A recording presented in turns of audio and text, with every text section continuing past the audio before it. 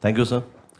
So basically, in lung cancer, as we have been discussing since 2 days, the usage of immunotherapy is now is widespread, even in low and middle-income countries.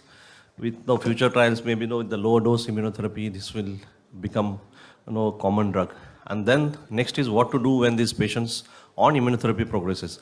So this was a phase 2 randomized study of a VEGF inhibitor, Ramucirumab, plus Pembrolizumab versus standard of care. So what is the standard of care at present is chemotherapy only, and some places they add VEGF to chemotherapy.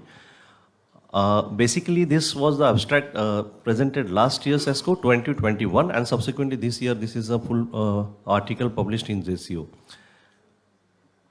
So this is the randomized study this year, August 2022. So therapeutic landscape in metastatic NSCLC includes immunotherapy agents both in treatment naive as well as multiply treated patients, lines of treatment. Irrespective of histology, now it is a part of common protocol for both squamous as well as non-squamous. Resistance to immunotherapy something is now a big problem in front of us. We have utilized the VEGF pathway in lung cancer as well as in other cancers. In renal cancer, we combine VEGF TKI with immunotherapy. So combination of VEGF receptor inhibition and immune checkpoint inhibition produces clinical benefit. So I mentioned in RCC as an example. So this particular trial, what they looked at, those patients who received immunotherapy with or without chemotherapy previously, and they progressed. The patient, as a standard of care, subjected for tumor biopsy, and they looked at a map of matched mutations. If there are some targetable mutations, those patients will be subjected for a matched trial, and those are mutation negative are subjected for non-matched combination, randomized into 3 arms: chemotherapy alone, chemotherapy with Ramucirumab, and immunotherapy with Ramucirumab. So in this, we'll come to the inclusion criteria. This is the patient characteristic. So basically, the patient has to receive at least 84 days of immunotherapy before the patient progresses. That is one of the important criteria. This is what duration the patient has to be subjected for immunotherapy. See, the arm A is investigator's choice of standard of care. That can be taxane with Ramucirumab, docetaxel alone, gemcitabine alone, and pemetrexed alone.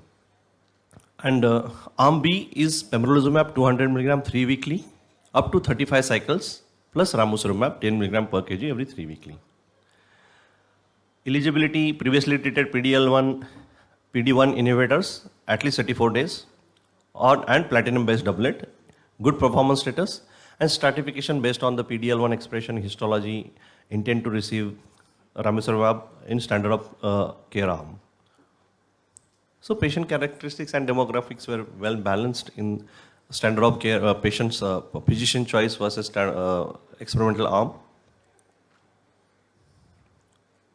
So main thing, when the trial was presented initially, the initial data was about the safety, and we all know there are no new safety signals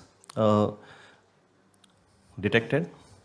These are the most common adverse events, and it is 44% versus 60% in the experimental arm versus the chemotherapy or chemotherapy with Ramucirumab arm. Then subsequently this year, the survival analysis was presented. If you look at the blue graph, which is RP, that is Ramucirumab with Pembrolizumab, the median in month, overall, this is first, the top graph is overall survival. It is 14.5 months versus the standard of care is 11.6 months. So you have two p-values. The hazard ratio was 0.69 with a standard log rank p-value 0.05 and weighted log rank p-value 0.15. There is something new I learned in statistics. They pre-planned that if any of the two value, standard log rank or weighted log rank, if any of the p-value is less than 0.097, then the null hypothesis to be rejected, and this is a positive trial. So here the one value is 0.05. The PFS and response rate were similar. There is no significant clinically or no statistically significant difference between the response rate. And as we know, in immunotherapy, sometimes the response rate and PFS does not matter. It is the overall survival. Even if you have no difference in PFS and response rate, the overall survival is clinically, statistically significant.